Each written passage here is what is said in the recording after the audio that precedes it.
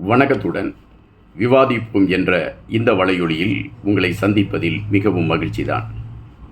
ஒவ்வொரு நாளும் ஒவ்வொரு செய்திகளை எடுத்து விவாதிக்கின்ற பொழுது அந்த செய்திகளை குறித்து தேடலை எடுத்து நான் பயணிக்கின்ற அந்த பயணம் கூட எனக்கு மிக சுகமாக இருக்கிறது. உண்மையிலே நாம் இப்பொழுது பேசப்போகின்ற கருத்திற்கு ஆதாரமான செய்திகள் எங்கெல்லாம் இருக்கிறது என்ற ஒரு ஆய்வும் அது சார்ந்த கருத்துக்களை எடுத்துக்கொண்டு வைப்பதும் உண்மையிலே ஒரு சுகமான கவிதையாகத்தான் இருக்கின்றது. இன்று சிலப்பதிகாரத்தில் சொல்லப்பட்டிருக்கக்கூடிய ஒரு விடயத்தை மையப்படுத்தி பேசப் போகிறேன் என்று மட்டும் நினைத்து விடாதீர்கள். ஒரு சர்ச்சையான களங்களைத்தான் கையில் எடுத்துக்கொண்டு பயணிக்க இருக்கிறேன். கண்ணகி மதுரையை எரித்தார் என்கின்ற கதை சொல்லப்படுகிறது. அதன் பின்பு கண்ணகி புஷ்பாவாங்கனத்தின் மூலம் விண்ணுலகத்திற்கு சென்றார் என்கின்ற செய்திகள் இருக்கின்றன.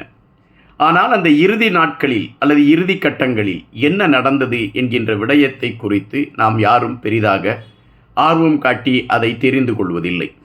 ஆனால் உண்மையிலே என்ன நடந்தது, மதுரையை கண்ணகி எப்படி எரித்தார், இந்த கேள்விகளுக்குள் நாம் போகின்ற பொழுது எனக்கு பல சந்தேகங்கள் எழும்பின.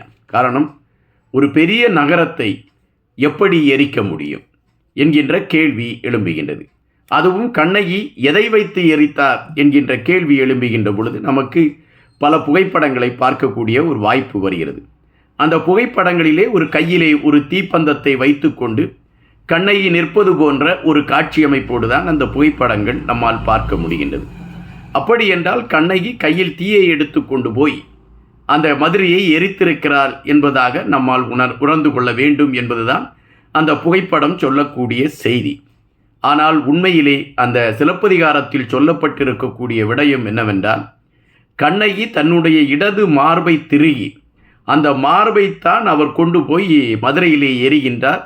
மதுரை தீப்பிற்றி எரிந்ததாக அந்த சிலப்பதிகாரத்திலே சொல்லப்பட்டிருக்கிறது.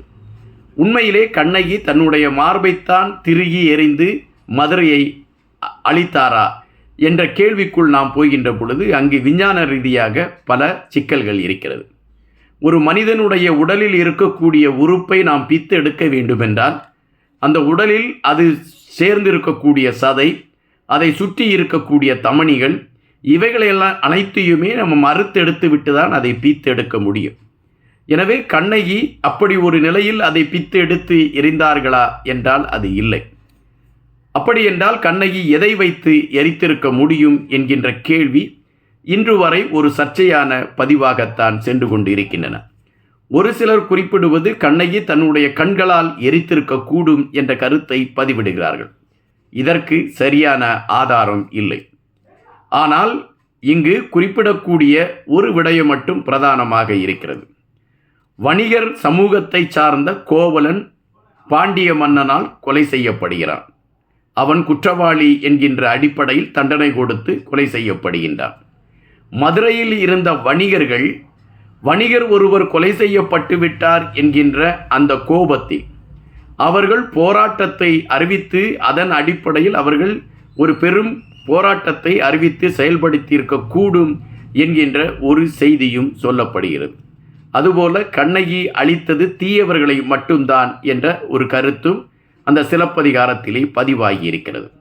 கண்ணகி தீயவர்களை அழித்தார் என்றால் மற்றவர்கள் என்னவானார்கள் என்றால் பிராமணர்கள், சிறுவர்கள், சிறுமியர்கள், பெண்கள், நல்லவர்கள், இவர்கள் அனைவருமே தப்பித்துக் கொள்வதற்கான ஒரு களம் உருவாகியது என்றும், மற்றவர்கள்தான் மரணத்தை தழுவினார்கள் என்றும், மரணமடைந்திருந்த நெடுஞ்செழியன், கோப்பெருந்தேவி இவர்கள் இருவருமே அந்த தீயிலே கருகி சாம்பலாகி விட்டார்கள் என்கின்ற செய்தியும் தான் அதிலே சொல்லப்படுகிறது. அப்படி என்றால் கண்ணகி மதுரையை ஒட்டுமொத்தமாக அழிக்கவில்லை.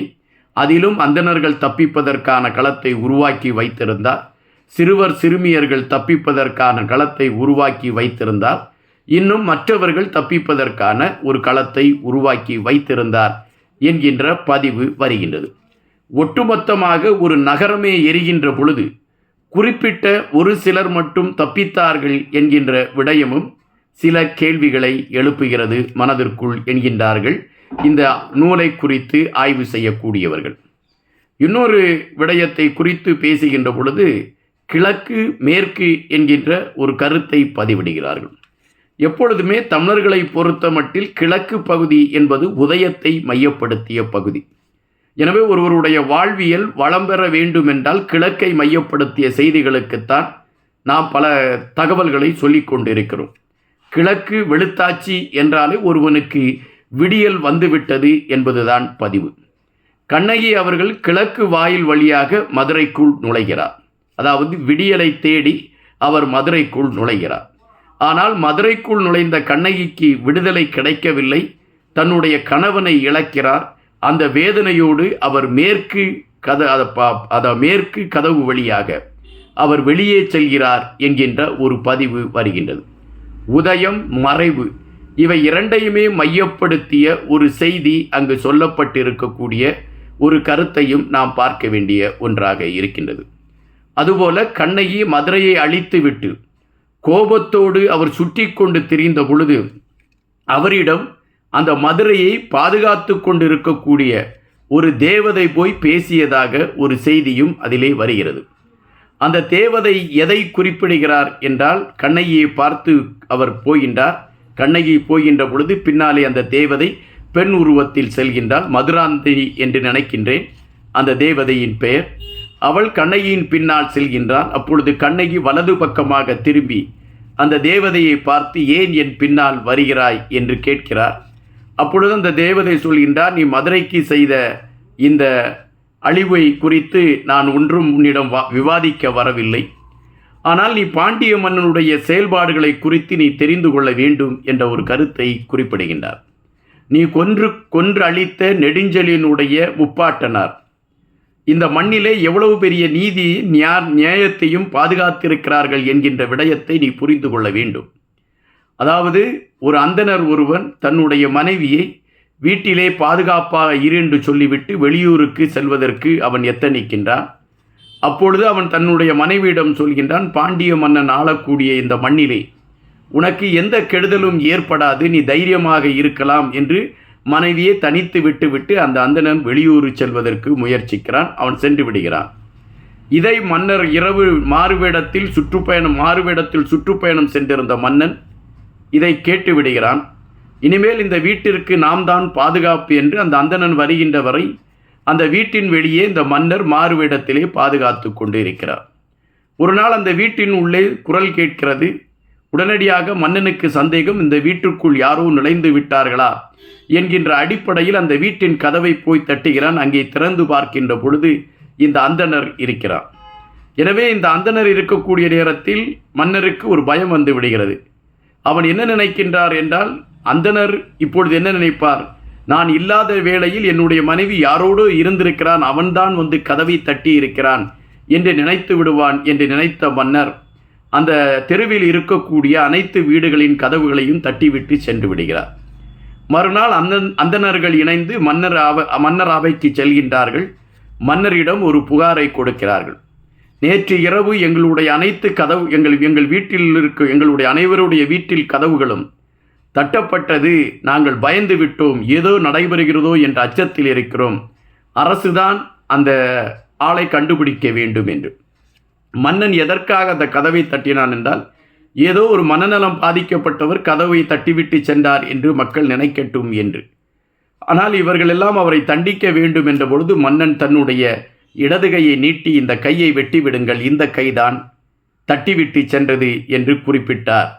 அப்படிப்பட்ட ஒரு பாண்டிய மன்னனுடைய குலத்தில் வந்தவர்தான் எங்கள் நெடுஞ்செழியன் என்கின்ற இந்த பாண்டிய மன்னன். இந்த பாண்டிய மன்னன் செய்யாத குற்றத்திற்குத்தான் நீ எரித்திருக்கிறார். முன்பு இரு நாடுகளுக்கிடையே பகை நடந்து கொண்டிருந்தது.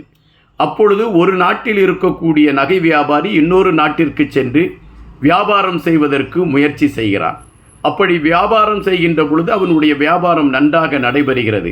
அந்த வியாபாரத்தின் மீது பொறாமை கொண்ட ஒருவன் அந்த நாட்டு மன்னனிடம் போய் சொல்கின்றான், இவன் பக்கத்து நாட்டை சார்ந்தவன், உளவு பார்ப்பதற்காக உன்னுடைய நாட்டுக்குள் வந்திருக்கிறான் என்று சொல்கிறான். உடனடியாக மன்னன் அந்த பொற்கொள்ளன் என்கின்ற அந்த வணிக வியாபாரியை, அந்த தங்க வியாபாரியை அழைத்து வந்து அவனை சிரசேதம் செய்ய உத்தரவிட்டு விடுகிறான். அந்த வணிக வியாபாரியை காட்டி கொடுத்தது யார் என்றால், கோவலனுடைய முன்பிறவியில் கோவலன் காட்டி கொடுத்திருக்கிறான்.